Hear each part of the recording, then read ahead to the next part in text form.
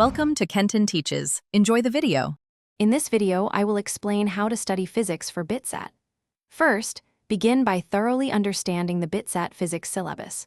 It's crucial to identify high-weightage topics, as approximately 60% of questions often come from these areas. Next, establish a robust foundation in fundamental concepts.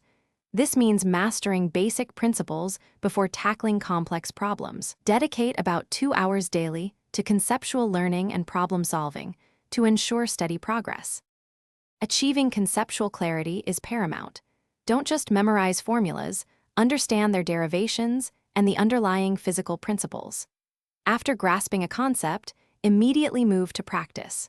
Solve a diverse range of numerical problems, aiming for at least 100 to 150 questions per chapter.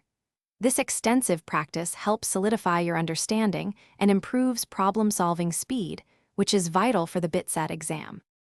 Effective problem-solving strategies are key. Learn to identify the core concept behind each question and apply the correct formula.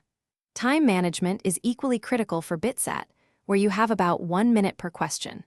Practice solving problems under timed conditions to enhance your speed and accuracy. Regularly review your approach to difficult questions, perhaps spending 15 to 20 minutes analyzing each challenging problem. Consistent revision is essential to retain information. Create concise notes for quick review of formulas and key concepts. Crucially, take full-length mock tests regularly. These tests simulate the actual BITSAT environment, helping you manage time and build stamina. After each mock test, dedicate at least 2 hours to thoroughly analyze your performance, pinpointing weak areas, and understanding where you can improve your score by 5 to 10%. Thanks for watching. Please subscribe if this video was helpful.